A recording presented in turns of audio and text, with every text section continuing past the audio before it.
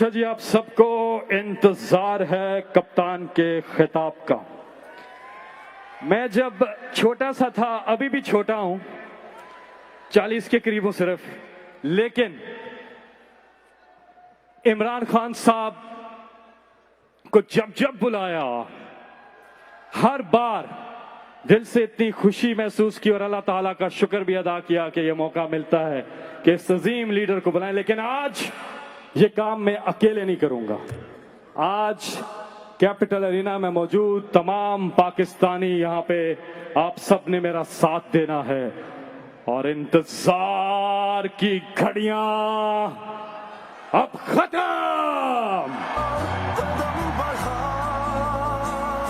अब से चंद ही लम्हों में हम बुलाने जा रहे हैं एक साथ मिल के उस लीडर को जिसने अपने मुल्क के लिए, अपनी धरती के लिए अपना सब कुछ छोड़ दिया। सिर्फ एक मिशन कि पाकिस्तान के हालात बदलने हैं। आप अनथक मेहनत कर रहे हैं। पाकिस्तानियों, मेरे साथ मिलके आप बुलाएंगे उनको जो है पाकिस्तान की शान है। आप पाकिस्तान की आन है। आप पाकिस्तान की पूरी दुनिया में पहचान है। आप पाकिस्तान के खान है। आप वजीर आजम पाकिस्तान है। आप इमरान खान है।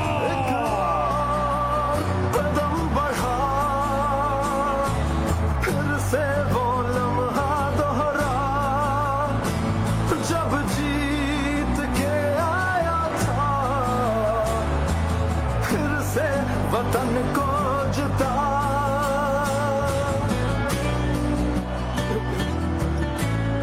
बिस्मिल्लाहिर्रहमानिर्रहीम। इय्याका नअबुदु व इय्याका नस्तईन।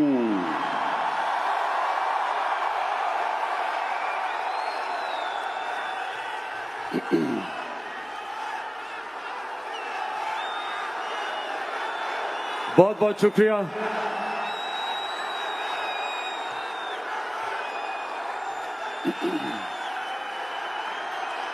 बहुत बहुत शुक्रिया आपका।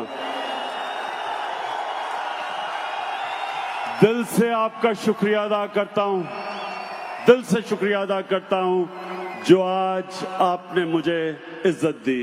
बहुत बहुत शुक्रिया आपका।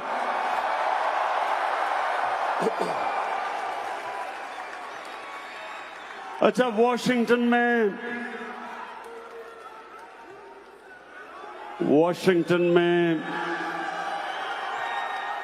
मैंने सोचा था कि एक होटल के अंदर हम 500-1000 अपने पाकिस्तानी बुलाएंगे और मैं आपसे बातचीत करूंगा। मैं सोच भी नहीं सकता था कि इतने बड़े स्टेडियम में आपसे बातचीत होगी।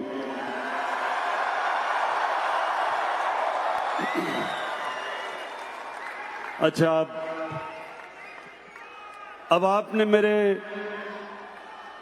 बड़ी आराम से अब मेरी बात सुननी है। सारे नारे बाद में, पहले मेरी आपने अब बात सुननी है।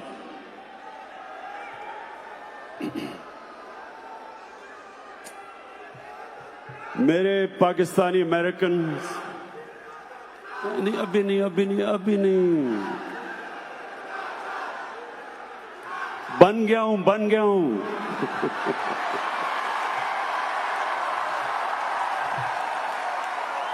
22 साल से सुनता था वजीर आजम इमरान खान, अब बन गया हूं। आदी नहीं हो रहे लोग इसके। अच्छा जी सुने, मैं सबसे पहले तो जिधर से भी आप आए हैं, जिन भी शहरों से आप आए हैं, मैं आपको खुशामदीद कहता हूं और मैं चाहता हूं आराम से मेरी बात सुने। आराम से, मैं कहीं नहीं जा रहा, आराम से आपसे बात करना चाहता हूं। देखिए मेरे पाकिस्तानियों,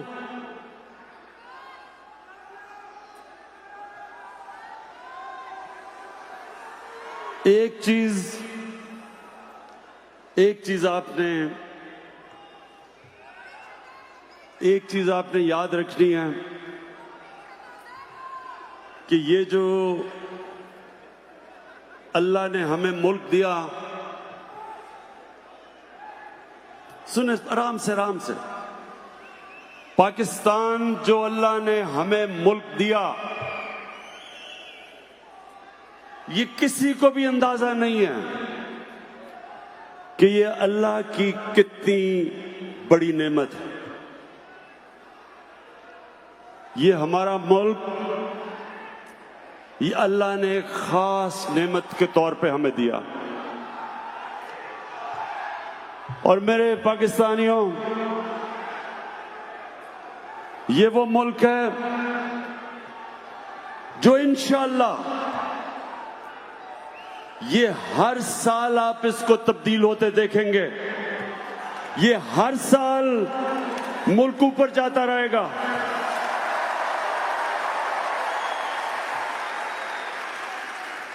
अब दो चीजें आपने समझनी है कि क्यों जमहूरियत दुनिया में आगे चली गई और बादशाह पीछे रह गई। इसकी दो वजूहात हैं और मैं चाहता हूं कि ये याद रखें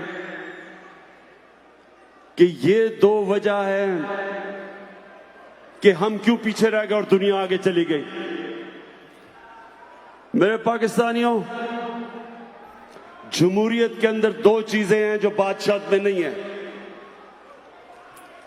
नंबर 1, जमहूरियत के अंदर मेरिट है। बादशाह के अंदर मेरिट नहीं है। खून के ऊपर बादशाह में रिश्तेदारी है, खून है। जमहूरियत के अंदर मेरिट है। दुनिया के अंदर जो मुल्क आगे गए मेरिटोक्रेसी की वजह से, जो मुल्क पीछे रह गए, जितनी कम मेरिट उतना मुल्क पीछे रह गया। मैं आपको सिंपल मिसाल देता हूं, क्रिकेट की मिसाल देता हूं। क्रिकेट में ऑस्ट्रेलिया दुनिया की वो टीम है जो दुनिया में सबसे कामयाब रही है। क्यों कामयाब है? क्योंकि ऑस्ट्रेलिया के अंदर जो उनका निजाम है वो सारा टैलेंट ऊपर ले आता है, मेरिट है। पाकिस्तान, मैं आप सबके सामने कहता हूं, मैं दुनिया में क्रिकेट खेला हूं, सबसे ज्यादा दुनिया में अगर मैंने क्रिकेट का टैलेंट देखा तो वो पाकिस्तान में।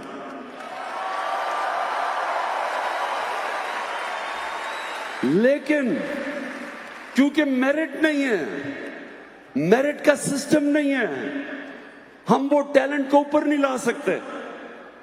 हम इसलिए आज दुनिया को डोमिनेट नहीं कर रहे क्योंकि मेरिटोक्रेसी नहीं है। तो बादशाह क्यों पीछे रह गई? अगर एक जबरदस्त बादशाह आया भी, ये जरूरी नहीं कि उसका बेटा भी अच्छा होगा। जमहूरियत के अंदर क्यों जमहूरियत आगे निकल गई? क्योंकि मेरिट के ऊपर लीडरशिप आती रही। ये आपके सामने मैं मिसाल देता हूं कि इस मुल्क अमेरिका के अंदर क्योंकि जमहूरियत आ गई, क्योंकि अमेरिका में जमहूरियत आ गई, अमेरिका के अंदर इनकी मेरिटोक्रेसी ऐसी थी कि इनके लीडरशिप, अगर एक लीडर बुरा भी हुआ तो मेरिट के ऊपर लीडरशिप अच्छी आती रही। हमारे मुसलमान दुनिया में, आप हिंदुस्तान की मिसाल लें, मैं ही आज आप पाकिस्तानियों आज को इसलिए ये चीज कह रहा हूं क्योंकि आपको समझना चाहिए कि मुसलमान भी नीचे क्यों रह गए और पाकिस्तान भी आगे क्यों नहीं बढ़ सका। जो पहले 150 साल मुगल बादशाह रहे, हिंदुस्तान दुनिया की सुपर पावर थी। 150 साल जो दुनिया में हिंदुस्तान का जीडीपी था वो 25% से ऊपर था, सुपर पावर थी। एक से एक बेहतर मुगल बादशाह आया। 4 मुगल बादशाहों ने तकरीबन 150 साल हुकूमत की, लेकिन औरंगजेब के बाद जो उसके बच्चे आए किसी में भी कैपेबिलिटी नहीं थी। तो 7 मुगल बादशाह 13 साल में बदले, सारे एक से एक बदतर आया और वही मुगल एम्पायर खत्म हो गया। उसी तरह ऑटोमन एम्पायर, एक से एक बेहतर ऑटोमन बादशाह आता रहा सुलेमान तक, सुलेमान द मैग्निफिसेंट। उसका बेटा ठीक नहीं था और उधर से नीचे जाना शुरू हो गया। जमहूरियत में क्या होता है, क्योंकि खून के ऊपर नहीं सिलेक्शन होती लीडरशिप की, मेरिट के ऊपर होती है। इसलिए जिस तरह इलामा इकबाल ने भी कहा, शाह वलीउल्लाह ने भी कहा कि मुसलमान पीछे बादशाह की वजह से रह गए। अब पाकिस्तान पे आ जाएं। हमारे मुल्क में कायदे आजम के बाद क्यों नहीं कोई लीडर मिला? एक जुल्फिकार अली भुट्टो थे, एक कैरिस्मेटिक इंटेलिजेंट लीडर थे, लेकिन उसके बाद क्या हुआ? उसके बाद हुआ क्या? हमारे मुल्क में एक किस्म की बादशाहत आ गई, मेरिट नहीं आई। जमहूरियत भी जब आती थी मेरिट नहीं आई। नवाज शरीफ को किस तरह लीडर बनाया गया? मिलिट्री डिक्टेटर ने उठा के बना दिया, कोई मेरिट नहीं थी। उनके भाई शहबाज शरीफ क्यों चीफ मिनिस्टर बन गए? उनके भाई थे। आसिफ जरदारी और बिलावल भुट्टो कैसे लीडर बन गए? कागज के पर्चे पे कहा कि जनाब हमारी वालदा हमें छोड़ गई है। उधर वली खान की फैमिली, वो भी फैमिली सिस्टम आ गया। उधर मौलाना फजल रहमान, उसके भाई भी और उसके बच्चे आ गए।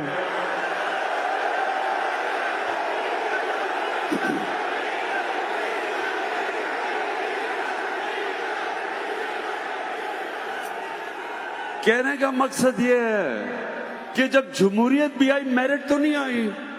सो ये प्लीज याद रखें कि नंबर 1 चीज कि जिस माशरे में मेरिट नहीं होती वो आगे नहीं बढ़ता। आज चाइना आप चले जाएं, चाइना की जो कम्युनिस्ट पार्टी है उसको स्टडी करें, बेहतरीन मेरिट का सिस्टम है। चाइना की कम्युनिस्ट पार्टी, जिस तरह हमने पूरा, उन्होंने मुझे प्रेजेंटेशन दी, जबरदस्त सिस्टम है। वो सारे मुल्क से बकायदा देखते हैं कि कोई हर फील्ड में मेरिट ऊपर कैसे आ रहा है। और दूसरी चीज तो नंबर 1 जमहूरियत की खासियत मेरिट, और नंबर 2 जमहूरियत के अंदर जो मुल्क का सरबराह होता है वो जवाबदेह है। हजरत उमर मदीना की रियासत के अंदर, हजरत उमर जैसे एक अजीम लीडर को आम आदमी खड़ा होकर पूछता है कि किधर से आपने ये पैसा आया जो आपने कपड़े पहने हुए हैं? लीडर जवाब देता। हजरत उमर ने ये नहीं कहा कि तुम्हारी मिजाल है मेरे से पूछो, या जो आजकल पाकिस्तान में हो रहा है ये नहीं कहा कि पता नहीं मैं कौन हूं। हजरत उमर ने जवाब दिया, लीडर जवाब देता। बरतानिया के अंदर जब जमहूरियत की शुरुआत हुई, मैग्ना कार्टा में 800 साल पहले, तो क्या कोशिश थी कि लीडर को, जो बादशाह था, उसको कानून के नीचे लेके आए। और वो स्ट्रगल एंड में चलती चलती चलती उन्होंने, उनका बादशाह भी था तो वो भी जवाब देता। तो ये याद रखें, ये दूसरी चीज, जमहूरियत तब कामयाब होती है जब लीडरशिप जवाबदेह होती है। अब दूसरा हमारा देख ले पाकिस्तान का प्रॉब्लम। जब लीड इनसे जवाब लेते हैं कहते हैं इंतकामी कार्रवाई हो गई। जब जब जब अदालत फैसला करती है तो कहते हैं क्यों निकाला।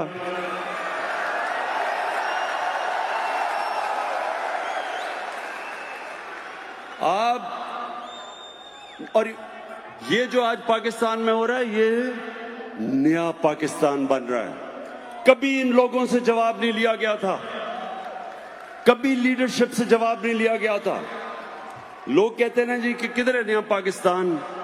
आपकी आंखों के सामने नया पाकिस्तान बन रहा है।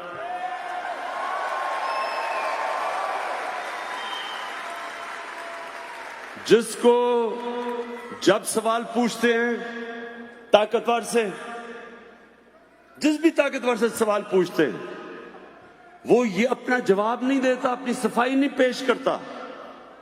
वो कहता है इंतकामी कार्रवाई है। एक तो सारे मेरी तारीफ करना शुरू कर देते हैं।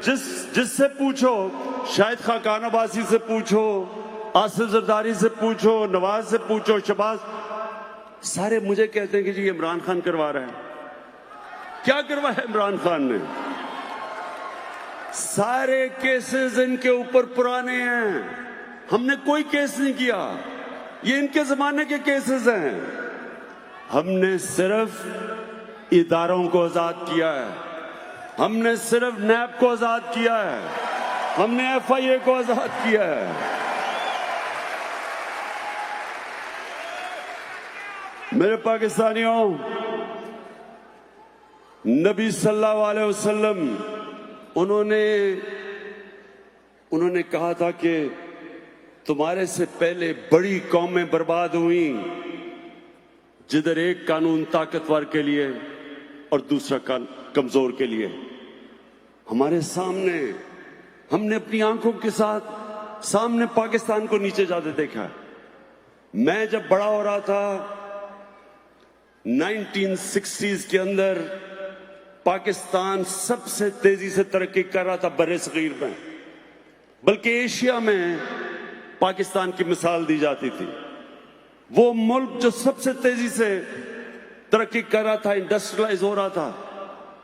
हमारी ब्यूरोक्रेसी सारी एशिया में सबसे टॉप पे ब्यूरोक्रेसी मानी जाती थी। हमारे हॉस्पिटल, मैं गवर्नमेंट हॉस्पिटल में पैदा हुआ था। गवर्नमेंट हॉस्पिटल का बेहतरीन स्टैंडर्ड था। हमारी यूनिवर्सिटीज की डिग्रीज दुनिया में एक्सेप्ट होती थी। मिडिल ईस्ट से लोग हमारे पाकिस्तान में पढ़ने आते थे। HSN कॉलेज जिधर मैं पढ़ा हूं, वहां मलेशिया के शहजादे आके पढ़ते थे, बाहर से लोग आके पढ़ा करते थे पाकिस्तान में। और वही पाकिस्तान को हमने आहिस्ता आहिस्ता नीचे जाते देखा। और वो नीचे क्यों गया? एक तो बदकिस्मती से जो 70s में एक सोशलिज्म आई, जो ना सोशलिज्म थी, ना तीतर था ना बटेर था, उसकी वजह से हमारी इंडस्ट्रियल ग्रोथ रुक गई। लेकिन असल तबाही 1985 के बाद आई। 1985 के बाद नॉन पार्टी इलेक्शंस में पहली दफा पैसा चलना शुरू हुआ। पहली दफा सियासत के अंदर रिश्वत चलनी शुरू हुई। पहली दफा सियासत के अंदर डेवलपमेंट फंड्स के नाम पे सियासतदानों को खरीदा गया। छांगा मांगा में, रेस्ट हाउस में सियासतदानों को नीलाम किया गया। और हमने अपनी सामने पाकिस्तान को नीचे जाते देखा। तो आज हम जब इस मुल्क को उठा रहे हैं, ये दो चीजें हमने लेके आनी है। एक कि जो भी पब्लिक ऑफिस होल्डर है, जो मुल्क का सरबराह है, वो कौम को जवाब दे।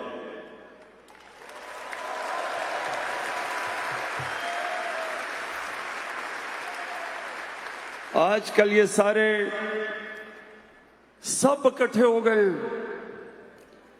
कोई दीनी जमात है, फजल रहमान इस्लाम को लेके आ रहा है, वो भी एक साथ है।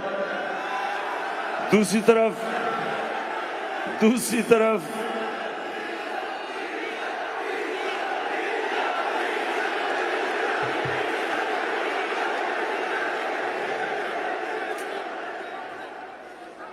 वो कह रहे हैं कि पहली दफा पाकिस्तान की असेंबली डीजल के बगैर चल रही है।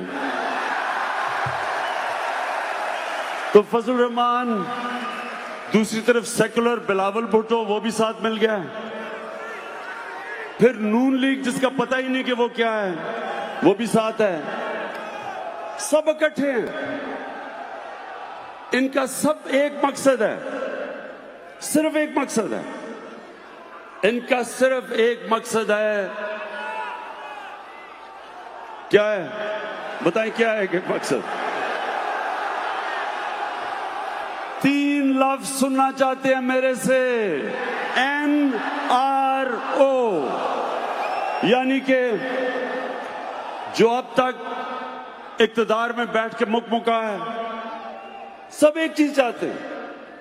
तो नंबर 1, ये मैं आज आप सबके सामने कहना चाहता हूं, दुनिया इधर उधर हो जाए,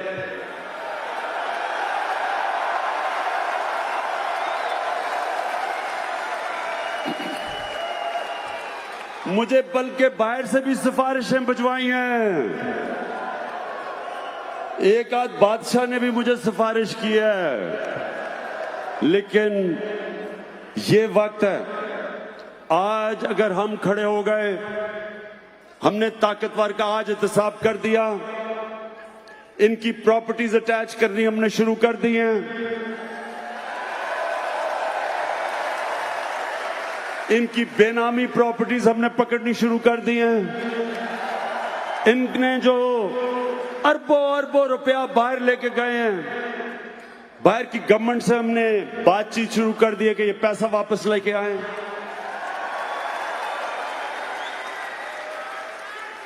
और ये याद रखना कि ये है वो वक्त जब पाकिस्तान बदलेगा। आपके सामने बदल रहा है। और दूसरी चीज, हमने पाकिस्तान में मेरिटोक्रेसी लेके आनी है, मेरिट का सिस्टम लेके आना है।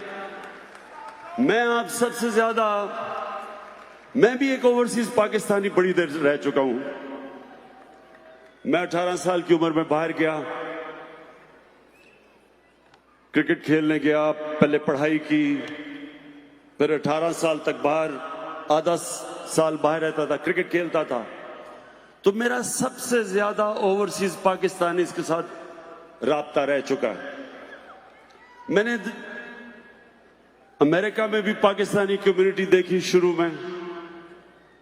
मैंने इंग्लैंड में खास तौर पे अपनी पाकिस्तानी कम्युनिटी को आते देखा। First generation, second generation, third generation अपने सामने देखा। मैंने जो एक नतीजे पे आया वो ये कि हमारे लोग, जब उनको मौका मिलता है, जब जो अंग्रेजी में कहते हैं लेवल प्लेइंग फील्ड मिलती है, जब उनको एक ऐसा निजाम मिलता है जिधर मेहनत का फल मिलता है, जिधर वो मेहनत करता है उसको फल मिले, हर जगह मैंने पाकिस्तानियों को ऊपर आते देखा है, एक्सेल करते देखा।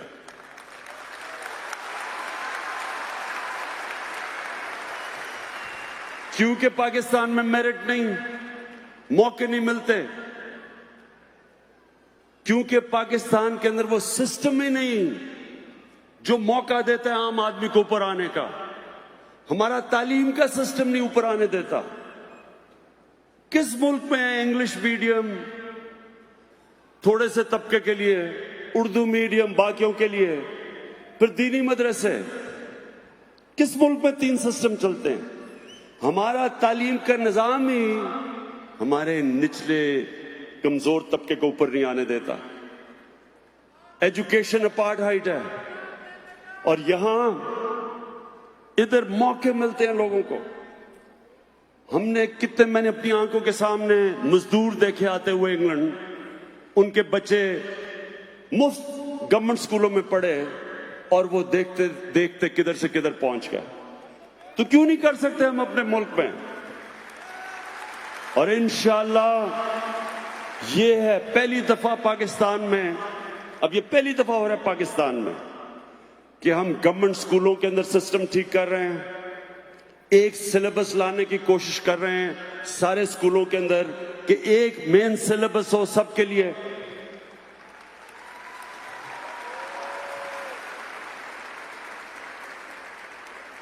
ताकि मौका मिले ऊपर आने के लिए हमारे लोगों को। हम पहली दफा मदरसों के, हमने साथ बैठे मदरसों के जितने भी उनकी तंजीमें थी उनके साथ हम बैठे।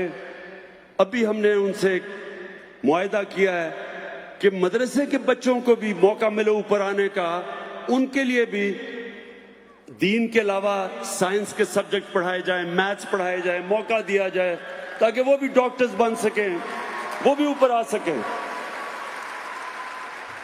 कौन तो अपने मुल्क में अब तक, अब सोचे 8 लाख बच्चे हैं जो इंग्लिश मीडियम स्कूलों में जाते हैं। 8 लाख। 3.25 करोड़ बच्चे जाते हैं उर्दू मीडियम में। 25 लाख बच्चे जाते हैं दीनी मदरसों में। तीनों पैरेलल सिस्टम है, 3 पैरेलल कल्चर हैं। तो ये सबसे बड़ा कदम होगा कि पाकिस्तान के अंदर एक मेन तालीम का सिलेबस आए ताकि एक कौम बने हम, तब एक कौम बने।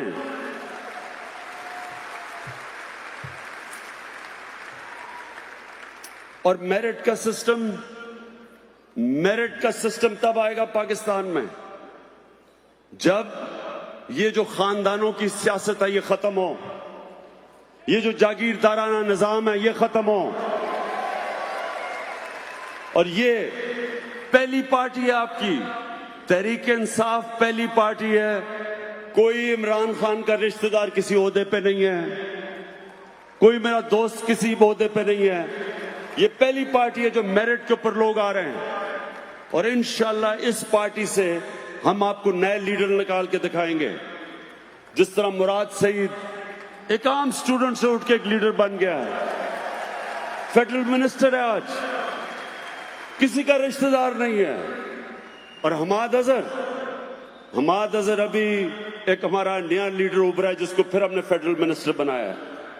कहने की मैं ये कोशिश कर रहा हूं कि ये मुल्क, हमारा मुल्क आपके सामने उठेगा। आपके सामने आप देखेंगे कि सिर्फ हम निजाम ठीक करके मौका देंगे निचले तबके को ऊपर आने का। मैं आपको एक मिसाल देता हूं नमल यूनिवर्सिटी की। मैंने नमल यूनिवर्सिटी क्यों बनाने का फैसला किया?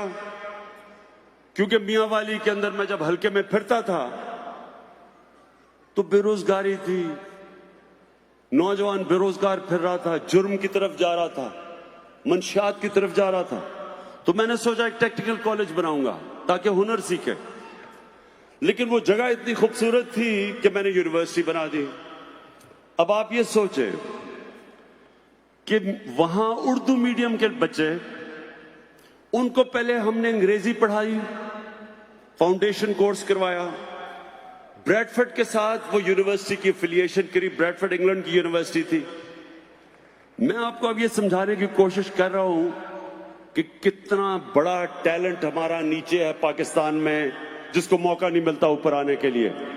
वही बच्चे उर्दू मीडियम स्कूल से उठ के पहले इंग्लिश सीखी, फिर ब्रैडफोर्ड यूनिवर्सिटी की डिग्री उन्होंने बैठ के ली। और ब्रैडफोर्ड यूनिवर्सिटी में सिर्फ 12 या 13% बच्चों को फर्स्ट डिवीजन मिलती है। नमल में 55 से 60% बच्चों ने फर्स्ट डिवीजन ली। तो आप ये खुद सोचें कि कितना ज्यादा हमारा टैलेंट जाया हो रहा है पाकिस्तान में, क्योंकि हमारा निजाम ही एलीट का है, ऊपर ही नहीं आने देता लोगों को। तो सबसे ये दूसरा बड़ा हमारा चैलेंज है।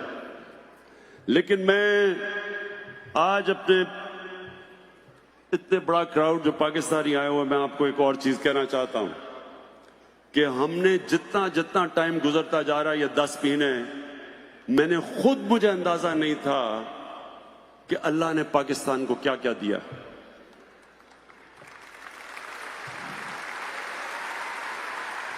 पहले तो आपको अंदाजा नहीं कि पाकिस्तान में कितना अल्लाह ने मिनरल्स दिए हैं, मदनियात।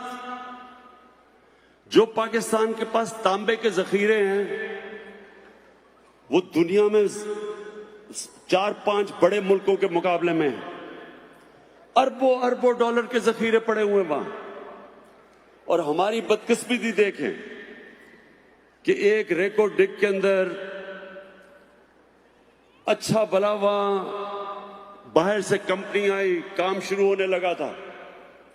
अब वो मैंने इंक्वायरी की है, पता चलेगा कि क्या वजूहात है, कि क्या वजह है कि वो सुप्रीम कोर्ट ने फैसला करके उस कॉन्ट्रैक्ट को खत्म किया, जो आज हमें बहुत ज्यादा एक इंटरनेशनल कोर्ट के अंदर फाइन भी हुआ है उसका $6 अरब का।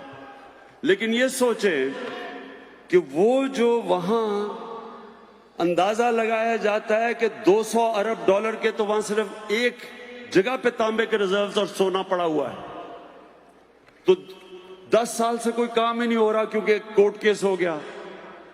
और इसके पीछे क्या होगा? आज मैं बता रहा हूं कि इसके पीछे करप्शन थी, पैसे मांग रहे थे, रिश्वत थी। और यही वजह है, याद रखें पाकिस्तानियों, हमारा मुल्क पीछे रह गया सिर्फ एक वजह से, करप्शन। बड़ी बड़ी कंपनीज पाकिस्तान में नहीं आती। आज मैंने इन्वेस्टमेंट के लिए कंपनीज को आज मिला हूं, कतर में मिला हूं, सऊदी अरेबियन कंपनीज में, चाइना की कंपनीज मिला हूं। हर कंपनी एक ही बात करती है कि वो इसलिए पाकिस्तान नहीं आते क्योंकि वहां पैसे मांगते हैं, करप्शन है, रिश्वत मांगते हैं। तो ये अपने ज़हन में डाल दें कि अल्लाह ने इस मुल्क को पहले तो मिनरल्स दिए हैं, तांबा दिया, कोयले के बड़े रिजर्व्स हैं। पाकिस्तान को तो कभी बिजली की कमी 100 साल तक नहीं होनी चाहिए, जितने बड़े सिर्फ कोयले के रिजर्व हैं थर के अंदर। 180 अरब टन का कोयला पड़ा हुआ है पाकिस्तान में, 180 अरब टन, यानी इसका मतलब सऊदी अरेबिया से ज्यादा बिजली पाकिस्तान में कोयले से बना सकते हैं हम। अभी मैं 2 हफ्ते पहले मुझे दुनिया का टॉप जो मिनरल की कंपनी ऑस्ट्रेलिया की, उसका नाम है एंड्रू फॉरेस्टर है, वो मुझे मिलने आया। वो मुझे कहता कि सारी दुनिया को पता है कि पाकिस्तान में कितने ज्यादा तांबे के रिजर्व्स हैं, कोयले हैं, सोना है, लेकिन कहता दुनिया इसलिए नहीं आती, करप्शन की वजह से लोग पैसे मांगते हैं। तो ये मैं आज आपको बता रहा हूं कि इंशाल्लाह आप देखेंगे कि ये अब कंपनीज पाकिस्तान आएंगी, बड़ी बड़ी कंपनीज, क्योंकि हमारे पास तो पैसा नहीं है जो मिनरल्स जो इनकी एक्सप्लोरेशन करें। तो ये कंपनीज आएंगी, जितना भी हमारे ऊपर अभी कर्जा चढ़ा के ये गए हैं पिछले वाले, इंशाल्लाह सिर्फ और सिर्फ क्लीन गवर्नमेंट दे के, करप्शन खत्म करके, इंशाल्लाह हम आपको दिखाएंगे इस पाकिस्तान को उठा के।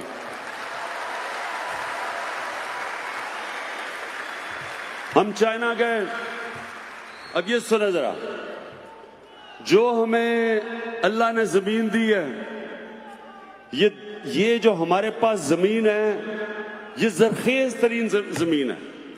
हम अभी चाइना गए, चाइना की कंपनीज से हमने MOU साइन किया सीपैक के अंदर। तो उन्होंने हमें बताया कि पाकिस्तान में जो गाय की एवरेज कि कितना गाय दूध देती है, 6 लीटर। पाकिस्तान में 6 लीटर है एवरेज गाय का। चाइना के अंदर 20 से 24 लीटर है। अब सिर्फ ये सोच ले कि अगर हम 6 से 12 लीटर कर दे तो पाकिस्तान में दूध एक्सपोर्ट हम कर सकते हैं। मैं सिर्फ आपको मिसालें दे रहा हूं कि इस मुल्क में अल्लाह ने इतना कुछ दिया है, लेकिन हमने ना इसके ऊपर इन्वेस्टमेंट की, ना तवज्जो दी।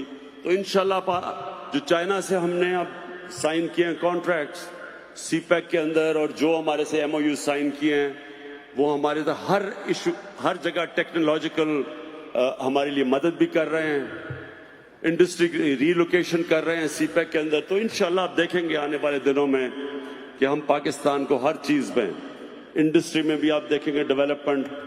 और वो जो मेरा ख्वाब है कि एक दिन बाहर से दुनिया पाकिस्तान में नौकरियां ढूंढने आएगी।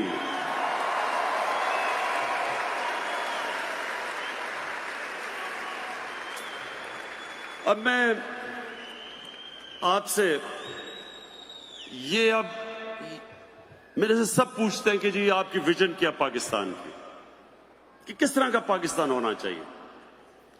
तो मैं ये आपके सामने अपनी विजन रखता हूं।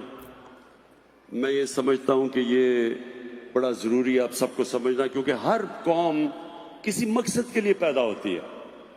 हर कौम का एक मकसद होता है, एक विजन होती है, एक नजरिया होता है। पाकिस्तान बना था और उसका एक बड़ा ख्वाब था पाकिस्तान।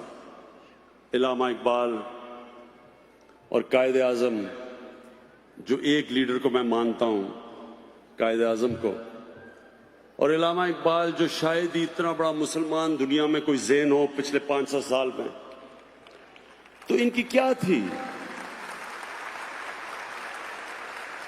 मैं ये चाहता हूं कि आप अपने बच्चों को जो अमेरिका में बड़े होंगे उनको प्लीज ये एक चीज समझाएं कि ये क्या ख्वाब थी पाकिस्तान की। और मैं ये इसके ऊपर अपनी ये बात खत्म करूंगा। मैं चाहता हूं कि ये बड़े गौर से समझें, क्योंकि जो आपके बच्चे हैं उनको ये पता होना चाहिए कि क्या मकसद था इस मुल्क का बनने का। देखिए, पाकिस्तान बना था, उसको इलामा इकबाल ने जिस तरह कहा, इसने एक इस्लामी फलाई रियासत बनना था। वो क्या, कौन सी इस्लामी फलाई रियासत बननी थी? जो कि मदीना की रियासत थी। मदीना की रियासत क्या थी? कितने लोगों को पता कि मदीना की रियासत क्या थी? मदीना की रियासत एक मॉडर्न स्टेट थी, मॉडर्न प्रिंसिपल्स पे बनी हुई थी। वो जो कुरान शरीफ के अंदर अल्लाह ने हमें कहा है कि नबी सल्लल्लाहु अलैहि वसल्लम की सुन्नत पे चलो, उनके रास्ते पे चलो, उनकी शरिया पे चलो, उनकी शरिया मदीना की रियासत थी। मदीना की रियासत के क्या असूल थे, ये आप मेरे बड़े गौर से आपने मेरी बात सुननी है। मदीना की रियासत दुनिया की तारीख की पहली फलाई रियासत बनी थी। एक इंसानियत का निजाम बना था, अदल और इंसाफ का निजाम बना था। मदीना की रियासत, मदीना के रियासत के वो कौन से असूल थे? सबसे बड़ा असूल था, उसमें रहम था। एक कमजोर के लिए रहम था। बेवों, यतीमों, माजूरों, गरीबों, बूढ़ों को पेंशन्स पहली दफा मदीना की रियासत में शुरू हुई थी कि रियासत ने बूढ़ों की भी जिम्मेदारी ली थी।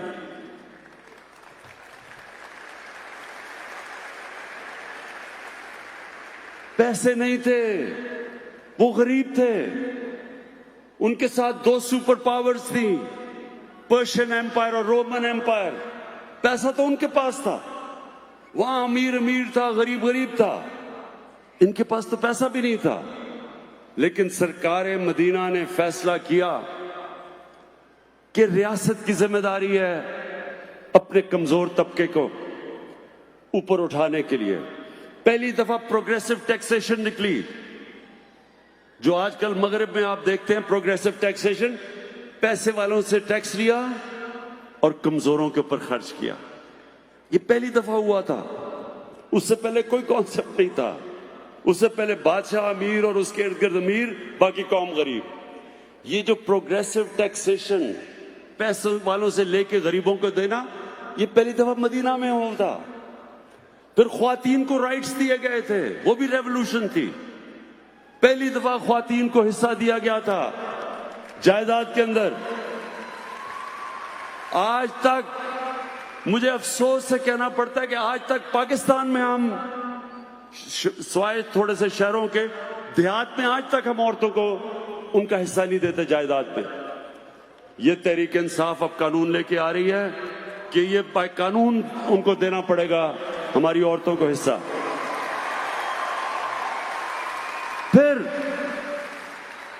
फिर पहली दफा गुलामों को सरकार मदीना ने कैसे उठाया? उन्होंने कहा कि गुलामों को आपने बिल्कुल उस तरह ट्रीट करना है जिस तरह वो आपका फैमिली का मेंबर है। उन्होंने जो गुलामों, आप ये सुने जरा, आप कितनी दुनिया में जो ब्लैक अफ्रीकन्स हैं, कितना उनसे जुल्म हुआ दुनिया में देख लें। लेकिन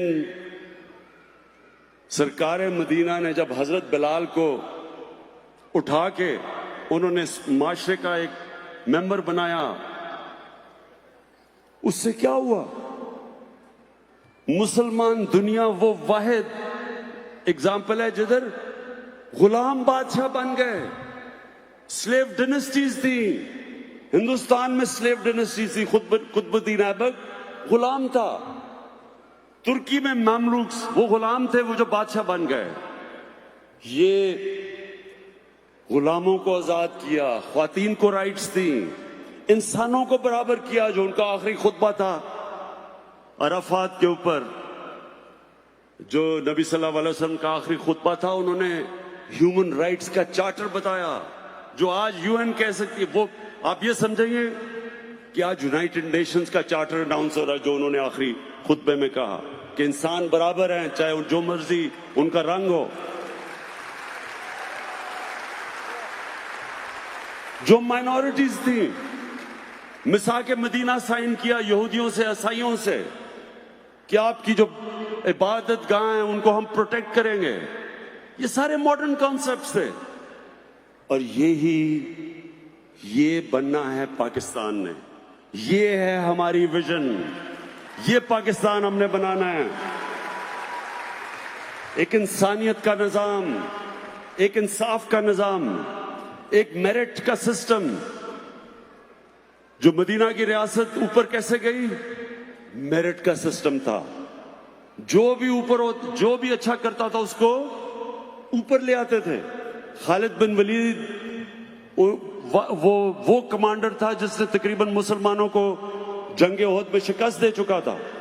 उसको उन्होंने उठा के सैफुल्लाह का खिताब दे दिया मेरिट के ऊपर। बड़े पुरानों ने कहा जी हम आपके साथ ज्यादा देर से लड़ रहे हैं, तो ये आपने खालिद बिन वलीद को क्यों सैफुल्लाह का दिया? मेरिट के ऊपर दिया। मेरिट का सिस्टम था। जो आता था, जो भी उम्मा में आता था, मेरिट के ऊपर वो ऊपर आ जाता था। तो हमने भी पाकिस्तान में वो उसूलों के ऊपर अपने मुल्क को खड़ा करना है। और इंशाल्लाह आप ये देखेंगे कि अल्लाह ने जो हमारे मुल्क में टैलेंट दिया है, जब मौका मिलता है हमारी कौम को, लोग दुनिया में जिधर जाते हैं ऊपर से ऊपर चले जाते हैं। मैं जब क्रिकेट में ऊपर गया था तो मैं इंग्लैंड गया था। इंग्लैंड में मैंने सीखी थी क्रिकेट। और हम वापस जब इंग्लैंड से आए तो फिर हमने अपने लोगों को, अपने बाकी खिलाड़ियों का स्टैंडर्ड रेज किया। और अब वर्ल्ड कप के बाद मैंने फैसला किया है कि मैं अब ये पाकिस्तान टीम को ठीक करने लगा हूं। इंशाल्लाह आपको उनको तौफीक है।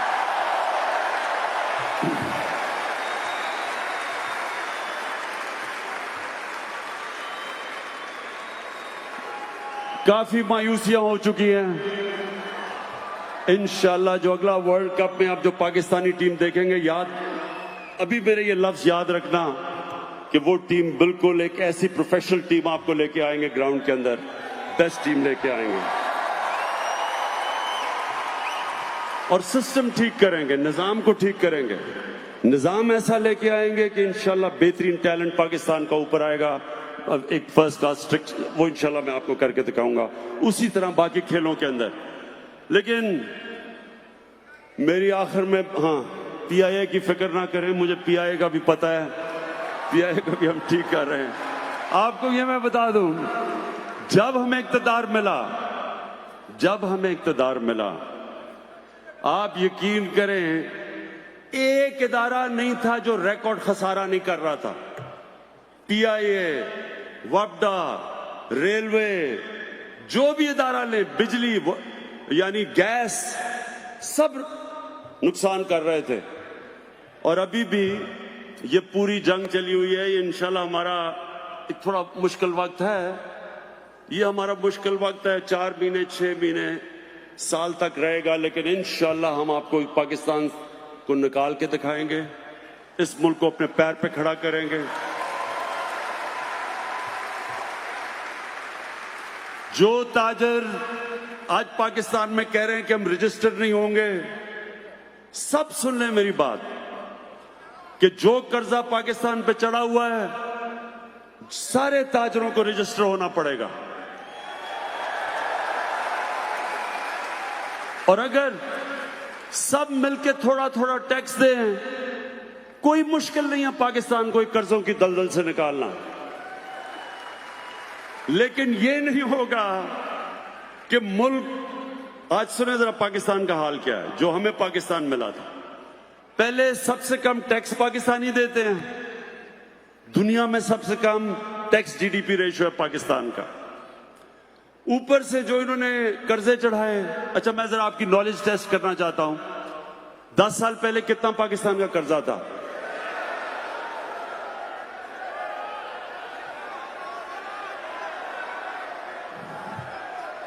$6,000 अरब रुपया 10 साल पहले पाकिस्तान का कर्जा था। और 10 साल के बाद इन दोनों ने किधर तक पहुंचाया? 30,000 अरब रुपया।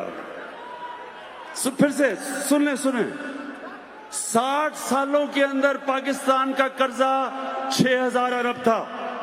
60 सालों में, 10 सालों में इन दोनों ने 6 से 30 अरब पे कर्जा लेके गए। क्या किया इस कर्जे का? मुझे बताएं तो सही, पैसा गया किधर? किधर गया पैसा ये? और ये पैसा हमने इनसे निकालना है।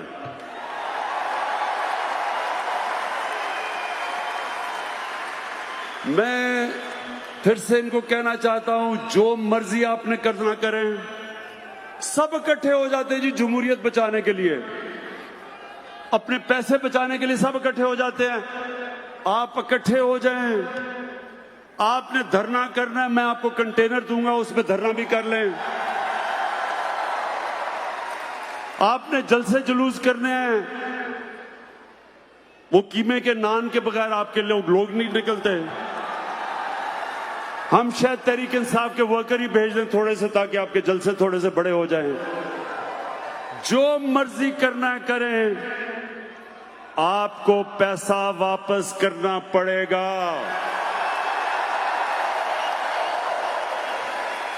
नवाज शरीफ कहते हैं जी मैं खाना घर से मंगवाऊंगा, खाना अच्छा नहीं है जेल का। फिर कहते हैं जी एयर कंडीशन लगा दो जेल में। अब टीवी चाहिए जेल में। 80% पाकिस्तानियों के पास तो एयर कंडीशन ही नहीं है। 80% कम से कम 60% के पास टीवी नहीं है। तो अगर हमने आपको जेल सजा के लिए भेजा हुआ है, तो जिस तरह के ये जेलों में रह रहे हैं, इससे ये तो सजा नहीं है। लोग तो खुशी से, आधी पब्लिक तो खुशी से जेल में जाएगी अगर उनको टीवी भी मिल जाए, खाने भी मिल जाए, एयर कंडीशन भी मिल जाए। सजा तो ना हुई है। तो मैं ये आप सबको आज सबको ये कहना चाहता हूं कि वापस जाके मैं ये टीवी शीवी तो जेल से निकालू ना। मैं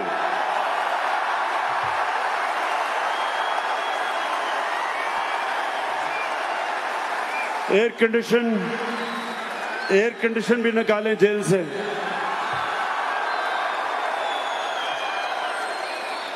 मुझे पता है मरियम बीबी बड़ा शोर मचाएगी, लेकिन मरियम बीबी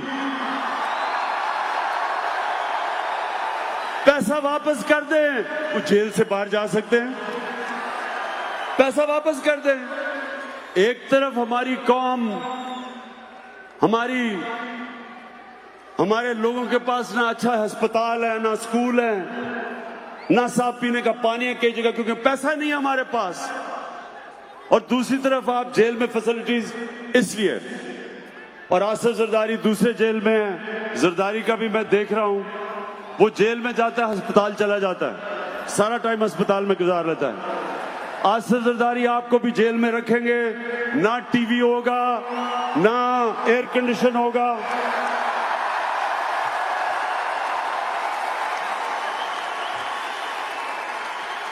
बड़ा आसान है जेल से निकलना, पैसा वापस करो, हम जेल से आपको निकाल देंगे। अच्छा, और एक और, अब खाकान अब्बासी बार बार तकरीरें कर रहे थे कि मुझे जेल में डालो, अगर मैंने कुछ गलत किया तो जेल में डाल दिया अब हमने उसे।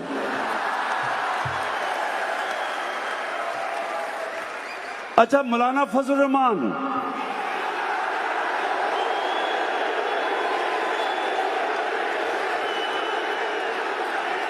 मौलाना फजल रहमान कहता है ऑपोजिशन को कि क्या तब हम सब इकट्ठे होंगे जब हम सब जेल में होंगे? हाँ मौलाना फजल रहमान, अब जब सब जेल में इकट्ठे होंगे।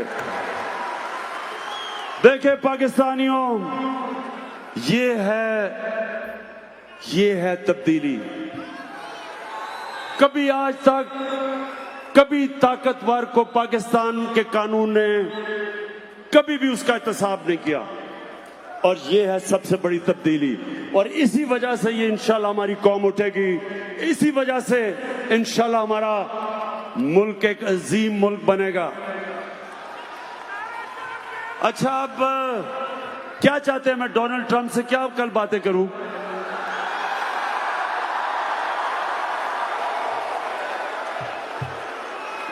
मैं पर्चियां लाया हूं जेब में, मैं पर्चियों से पढ़ूंगा बैठ के।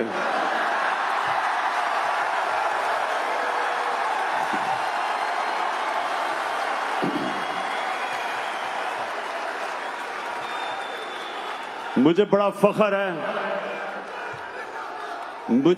फख्र है इस चीज पे कि मैं पहले दिन से कह रहा था कि अफगानिस्तान में कोई मिलिट्री सॉल्यूशन नहीं है। मैं बार बार कहता रहा कि जंग से मसला नहीं हल होने लगा। मुझे हर किस्म की मुझे बुरा भला कहा गया, दहशतगर्द कहा गया, तालिबान खान कहा गया, पता नहीं क्या क्या कहा गया, लेकिन अल्लाह अल हक है, सच का खुदा है। आज सारी दुनिया कह रही है कि अफगानिस्तान में मिलिट्री सॉल्यूशन नहीं। तो इंशाल्लाह मैं आपका केस रखूंगा डोनाल्ड ट्रंप के सामने, आपको बिल्कुल इंशाल्लाह शर्मिंदा नहीं होने दूंगा। और एक आखिरी, हुए लीडर जब बेईमान किया नुकसान, भुला कर आखिरत कायद का था फरमान है पाकिस्तान भला ही मुमलिकत। हुए लीडर जब बेईमान किया नुकसान, भुला कर आखिरत। अब लोग नहीं नादान, अब लोग नहीं नादान, गए सब जान कहे इमरान खान। अब होगी जो निगरान, ये नस्ल जवान बढ़ेगा पाकिस्तान। दिल में होगी इंसाफ तो हो इंसाफ कहे इमरान खान। जो चली है अब तहरीक के होगा ठीक प्यारा पाकिस्तान। अच्छा, बस। अच्छा, मैं आखिरी चीज, मैंने जब 23 साल पहले पॉलिटिक्स में आया था, मैंने एक चीज कही थी, वो मैं आज उस पर अपनी तकरीर खत्म करता हूं। पाकिस्तानियों, 23 साल पहले मैंने एक चीज कही थी, मैं उस पर अपनी बात खत्म करता हूं, और वो ये था कि ना आज तक मैं कभी किसी के सामने झुका हूं,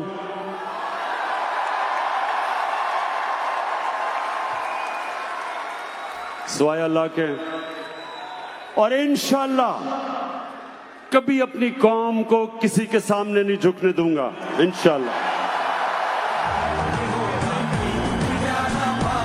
ख़वातीन हज़रात, आपको बहुत बहुत मुबारक हो, क्योंकि अमेरिका की तारीख का ना सिर्फ ओवरसीज पाकिस्तानीज़ का सबसे बड़ा ये मजमा है, बल्कि अमेरिका की तारीख का बड़े बड़े पॉलिटिकल गैदरिंग्स में इसका शुमार होता है। आपको बहुत बहुत मुबारक हो। और जो ट्रेंड की बात कर रहा था, डीसी में नंबर 1, पाकिस्तान में नंबर 1 और दुनिया में टॉप 3 में चला गया इमरान खान का जलसा। और आप सबका बहुत बहुत शुक्रिया। आराम से निकलिएगा, जाइएगा। जाने से पहले ख्वातीन और हज़रात, पाकिस्तान का कौमी तराना।